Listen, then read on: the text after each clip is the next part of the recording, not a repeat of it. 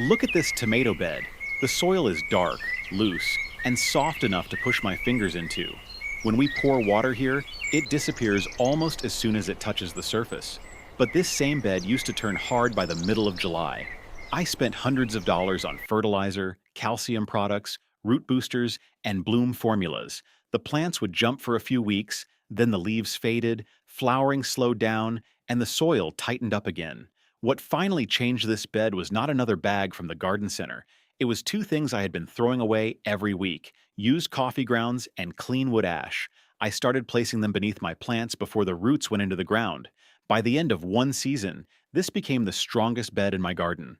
The soil stayed darker, water moved in faster, worms worked close to the surface, and the tomato plants held their color deep into summer. The method is simple: a few tablespoons of coffee grounds, 1 cup of heavily diluted ash water, and a thin layer of plain soil. Then the plant goes in. Let me show you exactly how I do it. For years, I thought weak plants simply needed more food. If the leaves looked pale, I bought nitrogen. If flowering slowed down, I bought a bloom booster. If the tomatoes looked stressed, I reached for calcium. Every product seemed to work at first. The leaves turned greener, new growth appeared, and the plants stood taller.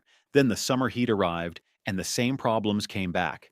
The soil under the mulch still felt dry and clumpy. Water sometimes sat on top before soaking in.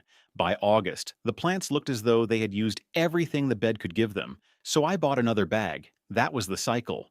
We feed the plant, see a quick response, and repeat the same purchase when the effect fades. One afternoon, I pulled back the mulch and looked closely at the ground. There were very few worm channels. The upper layer broke into hard chunks, and a handful of soil simply cracked apart in my hand. That was when I stopped asking, "What should I buy next?" I started asking, "What can I return to this bed so it keeps improving after I walk away?" The first answer was sitting beside my coffee maker. The second was waiting near the wood stove. I had been carrying useful material out of the house while carrying expensive products back into the garden. Once I saw that, the whole routine began to change.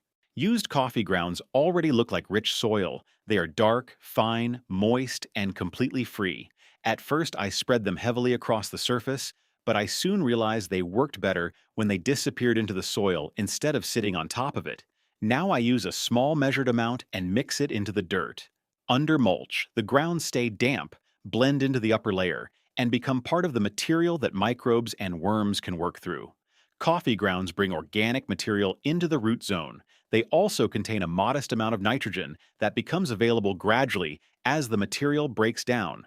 That supports the organic side of the bed. Wood ash brings something different. Clean hardwood ash can carry potassium, calcium, magnesium, and smaller amounts of other minerals. It can also give acidic vegetable soil a gentle pH lift, supporting the mineral side of the bed. I save only clean ash from ordinary firewood. I let it cool completely, sift it once, and store it until planting time. Tomatoes, peppers, squash, and beans are the crops where I use this routine most often, while blueberries and other acid-loving plants get their own separate feeding routine. The two ingredients do not perform the same job. Coffee grounds add organic material that soil life can process, while ash adds minerals to the lower root zone. Mulch holds moisture near the surface, roots open channels as they grow, and worms pull fine particles deeper into the bed. We do not need to make the science complicated. Coffee grounds support the organic side, and wood ash supports the mineral side. Together, they give the planting hole a stronger foundation than either material gives by itself.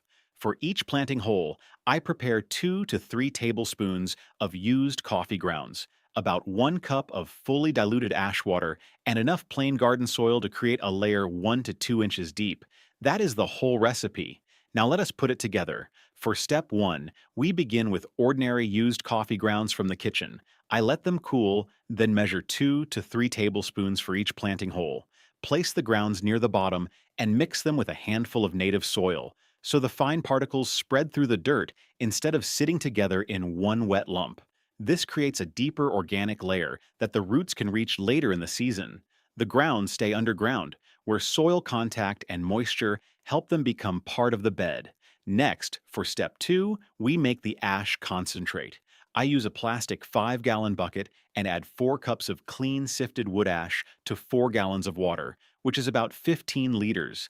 Then I stir the mixture well with a wooden stick. The water turns cloudy and gray, which is exactly what we want. I cover the bucket loosely and leave it in a protected spot for about 3 days. Most of that time is simply waiting, and one batch goes a long way. During those 3 days, the heavier ash settles toward the bottom, while the liquid near the top becomes clearer. That clearer upper liquid is the concentrate. One bucket gives us enough concentrate for many watering cans, so I only prepare it occasionally through the season. Once the ash has settled, step 3 is turning that concentrate into the mixture we use in the garden. For a 2-gallon watering can, I take about 1 cup of the clearer liquid from the top of the bucket, then fill the rest of the can with plain water. The finished mixture looks very light, almost clear. That pale color is exactly what I use around young plants. The minerals are spread through a full can of water, creating a gentle and even mixture for the lower soil. Now for step 4, we return to the planting hole. The coffee grounds are already mixed with soil at the bottom, so I pour about 1 cup of the fully diluted ash water into that same lower area and let it soak in for a moment.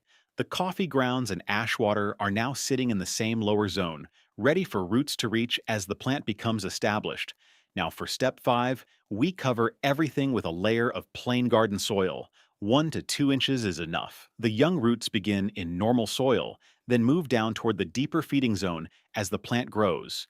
Once that plain soil layer is in place, we set the transplant into the hole, backfill normally, press the soil gently, and water the plant in. Then I add mulch around the surface, leaving a little open space around the stem.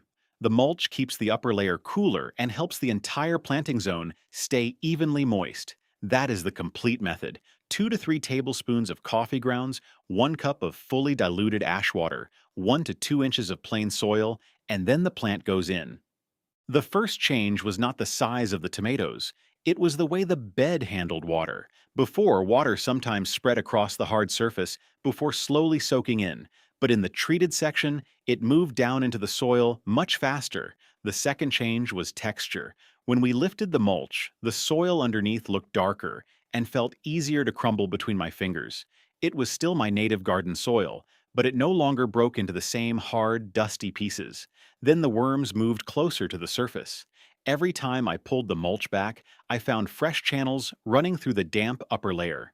The coffee grounds became difficult to see because they had blended into the soil, leaves, and castings around them. The bed looked worked from below. By late summer, the tomato plants still held a deep green color. Flowering continued longer, and the plants kept pushing fruit while other parts of the garden were slowing down. The difference was easiest to see in the afternoon. The older beds looked tired under the heat, while this bed still held its posture. The leaves stayed fuller, the surface remained cooler under the mulch, and water entered instead of running away. That was the proof I needed. The garden was no longer receiving one quick feeding and then waiting for the next one. Organic material was still being processed, moisture was still protected, roots were still moving through the bed, and the soil felt better at the end of the season than it had at the beginning. The planting hole gives the bed a strong start, but I also keep a simple routine through the growing season. Once the plants are established, I save the used coffee grounds from the kitchen. About once a week, I scatter a light amount around the soil surface. We should still be able to see some soil through the grounds. Then I scratch them gently into the top inch and return the mulch. The whole process takes only a minute or two. Coffee in the morning, a light scattering around the plants, a quick scratch into the soil, and then the mulch goes back. For the diluted ash water, I use it about every 2 weeks around flowering and fruiting crops. I pour the mixture onto the soil near the root zone, then water normally. That gives tomatoes, peppers, squash, and beans a steady mineral input while flowers and fruit are developing. There is no special machine, no expensive bottle, and no complicated calendar taped to the shed wall. The routine fits into the work I am already doing. I make coffee, water the garden, lift the mulch, and watch how the soil responds. Over time, those small actions begin changing the bed. The first detail is measurement. 2 or 3 tablespoons of coffee grounds per hole gave me a cleaner and more consistent result than using a large handful. The second detail is dilution. I use 1 cup of clear ash concentrate in a full 2-gallon watering can. When the liquid looks almost like plain water, it is ready. The third detail is clean material. I save only ash from clean hardwood and sift it before mixing. That keeps the recipe simple and predictable. These details are easy to remember. Measure the grounds, dilute the ash, use clean hardwood ash, cover the lower zone with plain soil, and then plant. Once I began following that routine, I bought far less fertilizer. The fertilizer aisle offers a different product for every symptom, but many of those symptoms begin in the same bed. Once I started returning organic material, protecting moisture, and using minerals already available at home, the garden stopped feeling like a collection of emergencies. I still water, mulch, and watch the plants, but I no longer reach for a new bottle every time growth slows down. The biggest change was not only the money I saved, it was the condition of the soil at the end of the season. Instead of finishing summer hard and exhausted, the bed felt softer, darker, and easier to work.